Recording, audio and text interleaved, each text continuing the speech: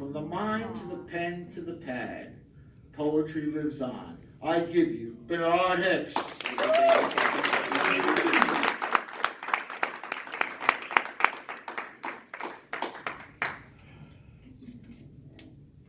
Hello, everyone, and thank you.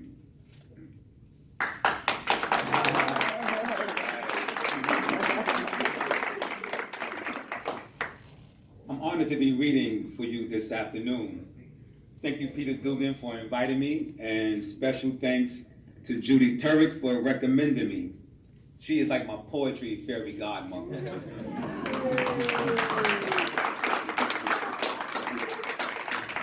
Thank you, wife and daughters, for your support, and thanks to Mr. Mojave and Ms. Mendez for the original music score and direction.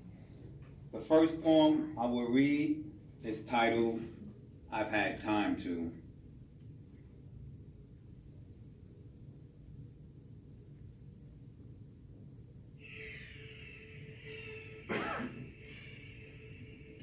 I've had time to. I've had time to watch Madam C.J. Walker work magic to black women's hair, living in the true hustler spirit, and become America's first woman self-made millionaire. I've had time to watch Sugar Ray Leonard look like a young Muhammad Ali, watching Mike Tyson hit like George Foreman, making fighters pray on their knees. I've had time to listen to Minnie Riperton take me back down memory lane, singing notes that last forever, like a star on the Hollywood Walk of Fame. I've had time to watch Michael Jordan float effortlessly in the air, as if stepping on the notes of a Miles Davis tune, saying suspended in the air, like the smoke in a cigar-filled room. I've had time to watch Carl Lewis take off, like the Road Runner in a Saturday morning cartoon, running at the speed of light. Could have sworn I seen him standing on the moon. I've had time to listen to Stephanie Mills sing her song Home, always feeling like she sang it to me first.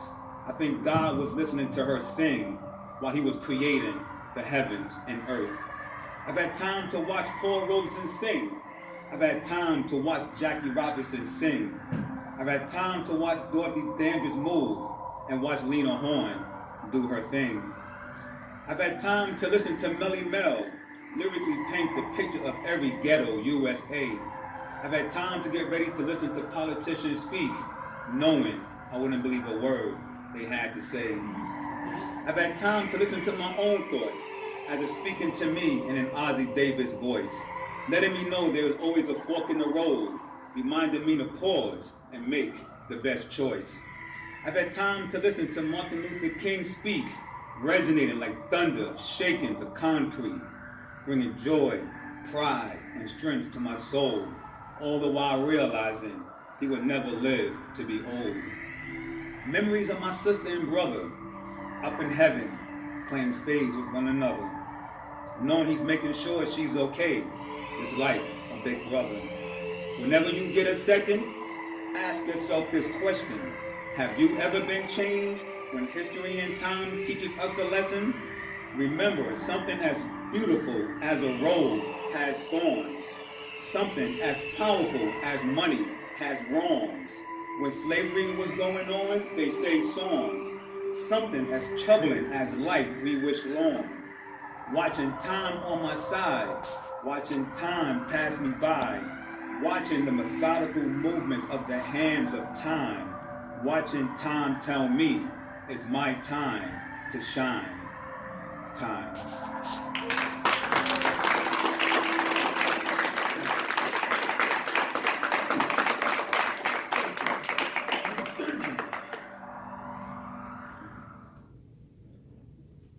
I wrote this poem reminiscing on my true life events that shaped me and my thoughts. The title, Just Saying.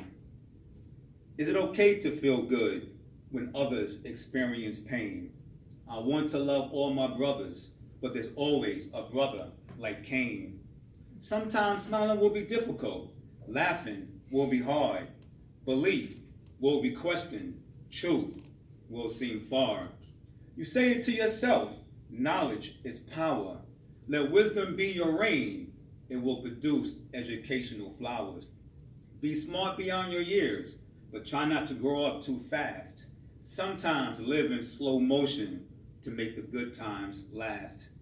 Long days in church, listening to the Rev, mind drifting, waiting for the time to go. Part of the Harlem Community Choir, recording a song with John Lennon and Yoko Ono. My Harlem streets, my Harlem blues. At an early age, learned how to fix and shine shoes. Kept money in my pocket, in church with my envelope, paying 10% to dues. The stoop was my community, where neighbors became friends. From playing tag in the stoop being home base, part of where my story begins.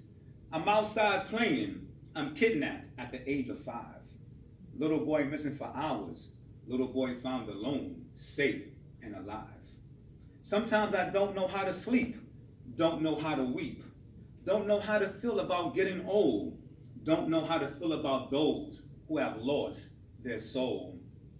Bsolid, the Bronx-born Jesus, the Harlem-raised Moses. Streets, one of my teachers, is where I wrote my thesis. Street tests are hard, no study guide provided, no graduation date ahead. Please pray for the misguided.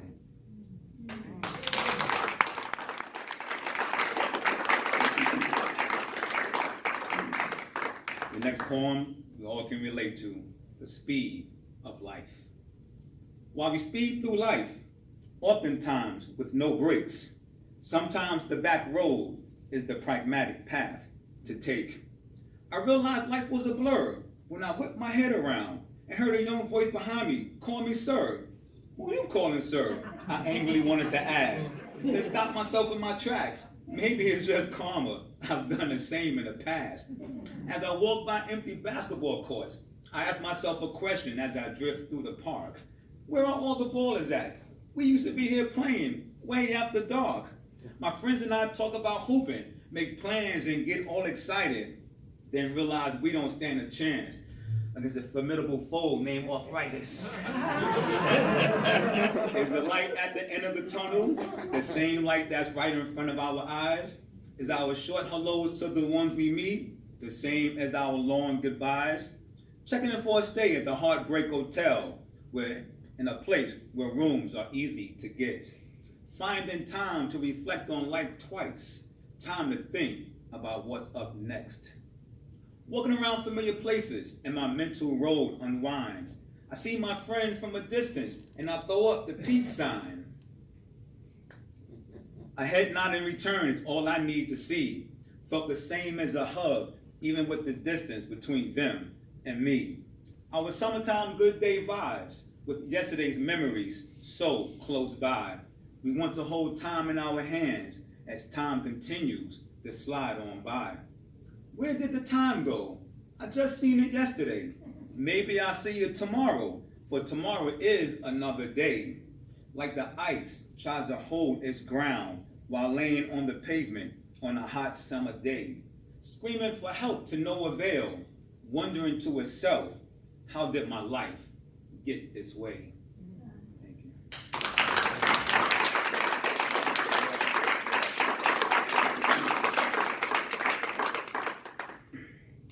This next poem, we all can definitely resonate with this. My morning coffee. Amen. At the break of dawn, here comes my morning yawn. I stretch my arms up really high as I yearn to get a cup of coffee by my side. The aroma of fresh brewing coffee waking up my senses, drip by drip by drip. My nerves start twitching, unrelentless. Could it be the peeking rays of the morning sun or the dropping temperature of the morning cold? Add sugar, creamers, and stir. My morning coffee process has me sold. The power of the first sip, like the emotion of a first kiss, like finding a genie in a bottle and being granted your one wish. Hazelnut, caramel, espresso, and vanilla, light and sweet or straight black bitter. Piping hot or ice cold brew? Sipping with my pinky finger in the air, trying to look cool. Over 2 billion cups, drink every day. I got quite a few under my belt. I can drink comfortably in a crowded cafe or in my home in solitude, alone, by myself. I'm assuming my coffee loves me with the affection of an emotional hug. It speaks to me in my language, perfect temperature in my favorite mug. I know it seems I intimately know my coffee, like we're bonded in lifelong ties. I just feel a lot better every morning with my coffee by my side.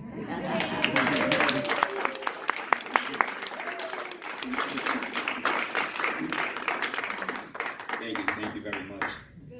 This next poem is very special to me as it is my first collaboration I've ever done with Miss Judy Turrick, the great Miss Judy Turrick, and myself. The title of our poem, Dinner a la Poetry. Two chefs cooking poetry in the same kitchen. The fragrance of metaphors and simile simmer. Two hands with pens smoothly stirring words. Spicy phrases tantalize ink to heap of parchment. Fancy kitchen adorned with adjectives and verbs. And cabinet drawers, rhymes line up in size order. Marinated thesauruses chill in open coolers. Copper pots glimmer with wanting to caramelize.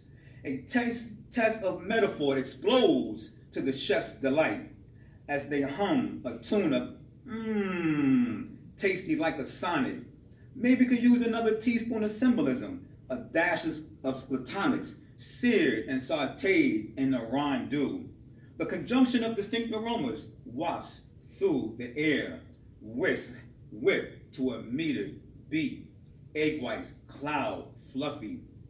Dictionaries on shelves, wondering what the fuss is all about, as cookbooks spout alphabetic terms, au jus, braise, char. Hungry plates and spoons await the savory delicacy. Two chefs rub elbows, crafting a royal 4-course meal. Nothing like the anticipation of a well-baked poem. Butter, brown crust of alliteration, cinnamon soaked apples.